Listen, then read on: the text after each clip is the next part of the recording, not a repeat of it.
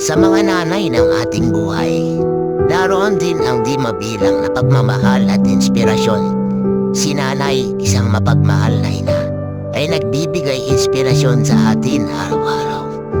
Sa tuwing magluluto siya, pinapakita ni nanay ang pagiging masipag at dedikasyon bilang isang ina. Hindi lang sa kusina, pati na rin sa pagtuturo. Pinapakita niya na ang mga nanay ay may mahalagang papel sa paghubog ng kanilang mga anak.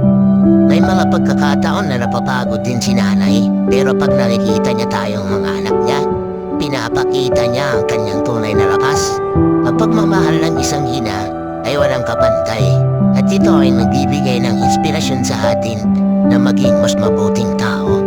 Huwag nating kalimutan na ituring sila ng may paggalang at pasasalamat, sapagkat sila ang mga tunay na bayani ng pamilya.